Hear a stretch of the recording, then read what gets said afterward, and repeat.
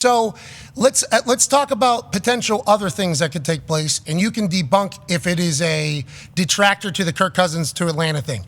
Is there a chance, though, that maybe he has multiple suitors currently, and he's checking other cities' places, too, to kind of see what it would cost to live there, what the schooling would look like? Like, is there a chance he is potentially looking into it, but not necessarily the conclusion that I jumped to immediately upon reading your tweet? Like, that means he's going to Atlanta. Like, have you had any other conversations with people about, like, Atlanta's interest in Kirk? And what do you sense that is? Because from outside looking in, would make sense, seemingly, for both parties.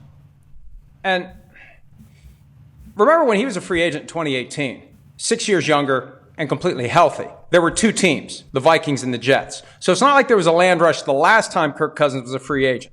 Now that he's going to be available again, and there's nothing the Vikings can do to stop it, they can't tag him today. The contract is constructed. He is going to the market.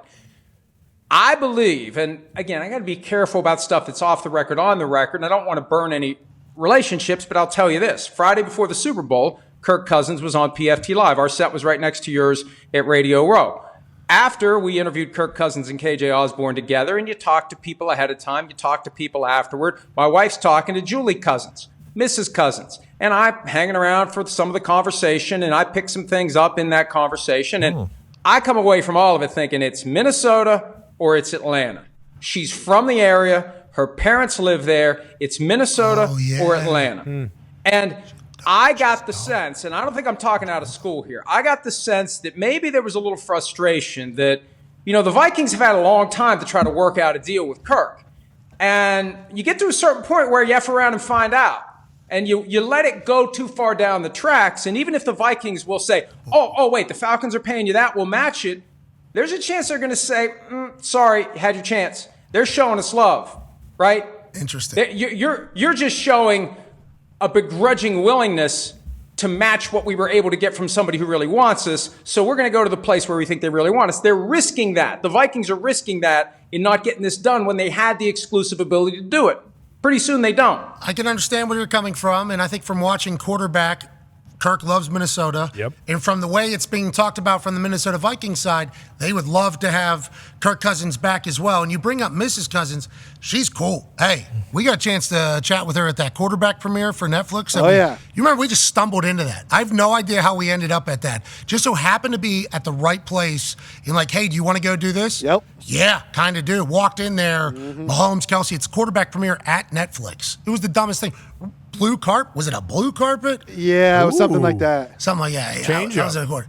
70, 80 milligrams. Oh, it was hilarious. 70, 80 milligrams. Had no idea that I was going to this thing. Yep. Like, and then found out it's happening. It's like, well, we've already come too far. A million photographers there. We are all the way gone, but got a chance to chat with Mrs. Cousins. Georgia Bulldog. Yep. Like that, you say coming down the tracks there. I mean, that remind me of the Call of the Dogs. Yeah. You know what I mean? But it's like Georgia. That is a tie. I completely forgot about that being a family situation potentially down there for Kirk, which even more so leads to me wondering.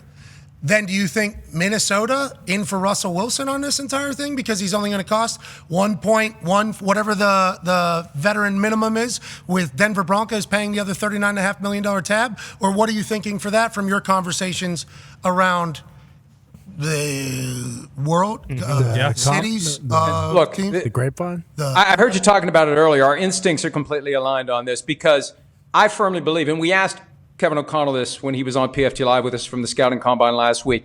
Do you want Kirk Cousins? Unequivocally, unconditionally, do you want him? And he said, yes, I want him. The question is, do others in the organization feel the same way? Have they applied a number to Kirk Cousins and they're content to sit back and see whether or not he takes it? And if he doesn't, they'll move on to plan B. And this is where it becomes interesting for the front office and ownership, Pat, because if one plane is taken off, you better be damn sure another plane is landing.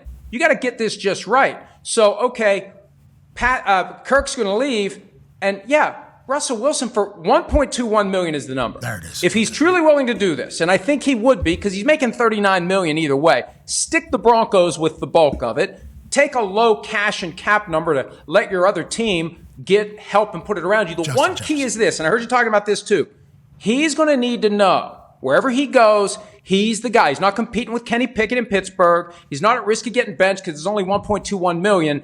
He's the guy all year. If the Vikings make that commitment to him, you're our guy all year, I think that makes a lot of sense. And then you got to ask yourself, dollar for dollar, that's the original analytics in football. Personnel, how much does it cost for this guy? How much does it cost for this guy? Dollar for dollar, what's a better value? Wilson is younger than Cousins. Wilson isn't coming off of a torn Achilles tendon.